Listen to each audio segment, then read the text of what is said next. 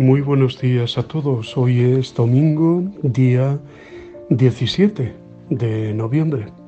Es el domingo 34 del tiempo ordinario. Es también, perdón, 33 del tiempo ordinario, sí. El 34 será propiamente el domingo final, que lo llamamos fiesta o solemnidad de Cristo, Rey del Universo. Por tanto, estamos en el final del año litúrgico y eso influye pues, en el texto del Evangelio y en la propia presentación del evangelista, ¿no? Y lo que la Iglesia nos pide meditar precisamente en este mes en el que comenzamos celebrando la memoria de la solemnidad de todos los santos y también la conmemoración de los fieles difuntos.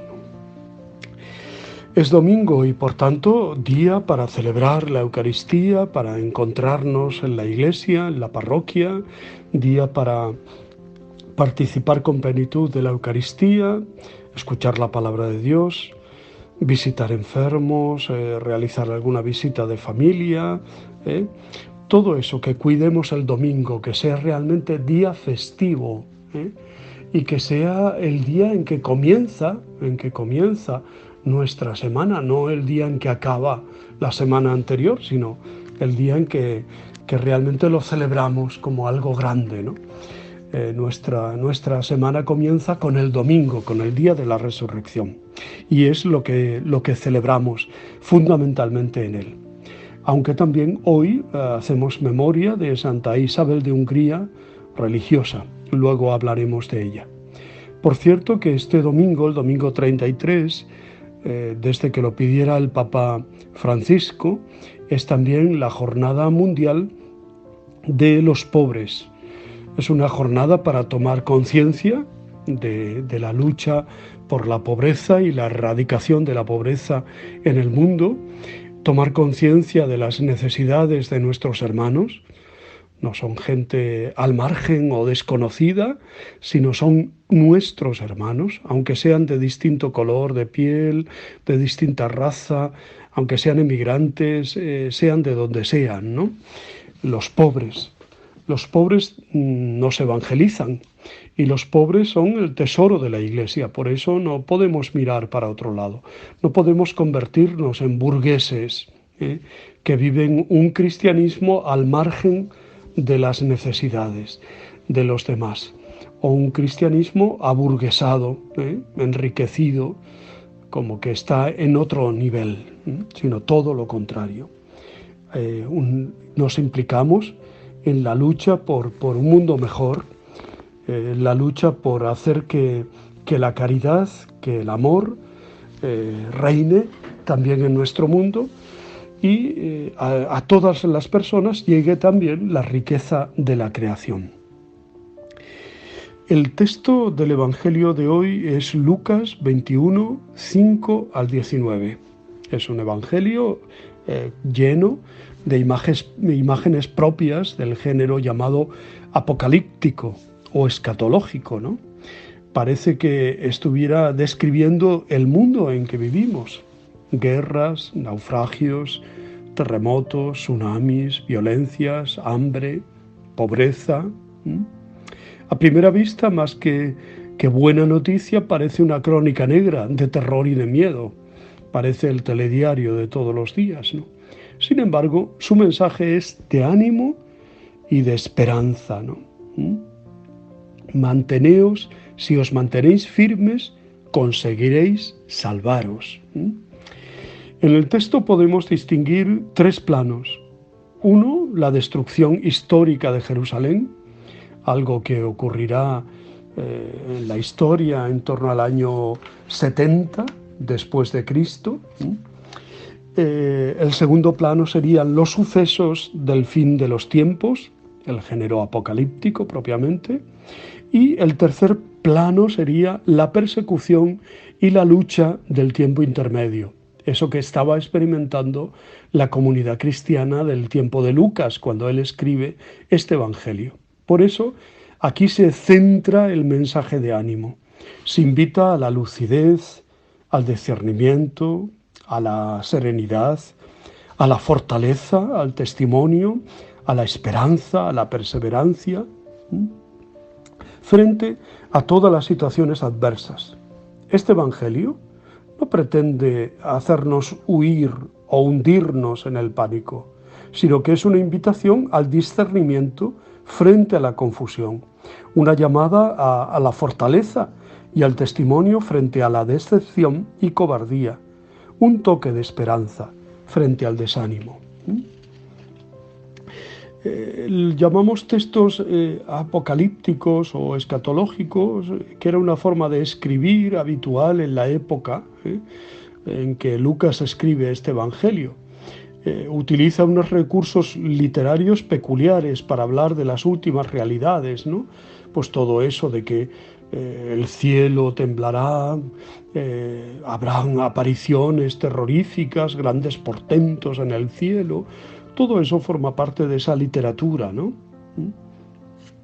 Lo que motiva el inicio del discurso es el elogio de la belleza del templo, ¿no? Al oír que algunos hablaban sobre la belleza de las piedras y los esbotos que adornaban el templo, dijo el Señor: vendrá un día. Uno de los que habían hermoseado el templo de Jerusalén fue precisamente Herodes el Grande, sabiendo que los israelitas tenían en el templo el centro de su vida religiosa. Culminó una reconstrucción espléndida y grandiosa en el año 10 a.C. El otro dato es que el fin del templo se asociaba en el judaísmo a aquella época del fin del mundo, ¿no? La destrucción del templo de Jerusalén, ocurrida en el año 70 después de Cristo, es para Lucas el final de una etapa en la historia de la salvación, pero insiste en señalar que todavía no es el fin definitivo, ¿no? De este modo, enfrenta a los cristianos de su comunidad con una evidencia. Aunque ya haya llegado el Mesías, desconocemos cuándo tendrá lugar el final de los tiempos. Y mientras llega, es necesario dar testimonio de Jesucristo aún en medio de los conflictos, ¿no? En medio de persecuciones, en medio de los problemas, de las dificultades. De hecho, los primeros cristianos no tardaron en experimentar la persecución por el nombre de Jesús. Ahí está el relato del martirio de San Esteban, el protomártir, ¿no? La iglesia naciente, ¿no? Tanto en el ámbito judío, en las sinagogas, como desde el mundo pagano, cárceles, reyes y gobernadores, incluso por parte de la propia familia. Seréis entregados por vuestros padres, por vuestros hermanos. Esta experiencia fue interpretada desde la fe en Jesús resucitado y les hizo consciente de la importancia de una fe sólida y de un testimonio coherente, porque si la persecución por ser cristiano se afronta con estas actitudes, se convertirá en victoria final. La promesa aparece formulada en el último versículo del pasaje evangélico de hoy. Si os mantenéis firmes, conseguiréis salvaros. Jesús no oculta a sus discípulos que las dificultades y los conflictos son una realidad en la historia y en la vida de sus perseguidores. Teniendo presente esta realidad, nos exhorta a encarar con realismo y fe madura todas las violencias, conflictos y dificultades que puede atraer la vida y la historia. Y ahí lo estamos viviendo, ¿no? Estamos viviendo pues iglesias que se queman, iglesias que se destruyen, sacerdotes asesinados, cristianos que son martirizados, asesinados, muy cerca de nosotros, persecución de toda índole. Tenemos también en España, pues por ejemplo, ese globo sonda que lanzó la ministra de portavoz del gobierno, diciendo que los padres no tenían derecho a elegir centro para sus hijos o educación para sus hijos. Bueno, son pinceladas, ¿no?, que van apareciendo por ahí. No es para que nos consideremos pues eso, como si nos estuvieran acuchillando, pero no deja de ser una cierta persecución, en nuestro caso me refiero, persecución, aunque sea incruenta, ¿no? Son tantas las cosas que me desaniman, Señor. En medio de las tormentas me cuesta dejar espacio para la esperanza. Entre las dificultades no siempre me mantengo perseverante, ni me aferro con confianza a tus promesas de auxilio. Ayúdanos, Señor, danos el don de percibir siempre tu cercanía. Diré alguna palabra sobre Santa Isabel de Hungría, que nació en 1207 como hija del rey Andrés II de Hungría y su esposa Gertrudis de Merania. Su madre era hermana de la religiosa que posteriormente será conocida como Santa Eduviges de Silesia. Isabel creció en la corte húngara junto a sus hermanos, los príncipes. En 1215 su padre tomó una nueva esposa 2 años después del asesinato de su madre, de la madre de Isabel, y nació una única hija, Violante de Hungría, la posterior esposa del rey Jaime I de Aragón. En 1221 Isabel se casó con el landgrave Luis de Turingia-Hesse, y según los registros y leyenda, el matrimonio estuvo caracterizado por un amor correspondido y felicidad. A Luis no le preocupaba demasiado el reparto de su riqueza entre los pobres que Isabel solía llevar a cabo, ya que creía que la labor caritativa de su esposa le traería una recompensa eterna. Se la venera en Turingia como santa. Luis fue un aliado cercano y defensor acérrimo de los Oftenhaupten y en particular del emperador germánico Federico II, por lo cual en la primavera de 1226, cuando Turingia se vio asolada por inundaciones, hambre y una plaga, Luis representó a Federico II en la dieta de Cremona. En esta ocasión, Isabel asumió el control de sus asuntos y repartió limosnas por todo su territorio, incluso dando vestidos y adornos de la corte a los pobres. Debajo del castillo de Bradburgo hizo construir un hospital con 28 camas y visitaba todos los días a los enfermos para atenderlos ella misma,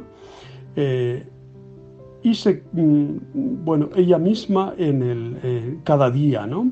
La vida de Isabel cambió radicalmente cuando Luis murió a causa de la plaga el 11 de septiembre de 1227 en la Algaba, España, cuando se dirigía a unirse a la Sexta Cruzada conducida por Federico II.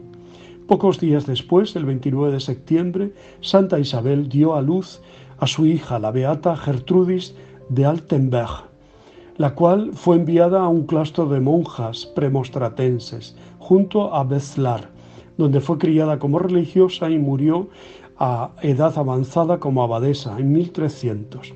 Isabel murió en Magdeburgo, o en Magdeburgo, mejor dicho, bien debido a un agotamiento físico o a la enfermedad, cuando contaba solo 24 años de edad. Fue canonizada por el Papa Gregorio IX en 1235. Hay que decir también que Santa Isabel de Hungría pues es patrona también de la Tercera Orden Franciscana Seglar, ¿no? La Tercera Orden Franciscana, o la Venerable Orden Tercera de San Francisco, junto con San Luis, rey de Francia. Santa Isabel mantuvo durante años frecuente trato con los hermanos franciscanos de la zona y una vez abandonada la vida de la corte llegó a profesar la regla franciscana e instituir, una fraternidad junto con 4 compañeras, anteriormente sus sirvientas. Bueno, pues damos gracias al Señor por la vida, la obra y el testimonio de Santa Isabel de Hungría. Os deseo un feliz domingo, os abrazo y os bendigo en el nombre del Padre, del Hijo y del Espíritu Santo. Os quiero.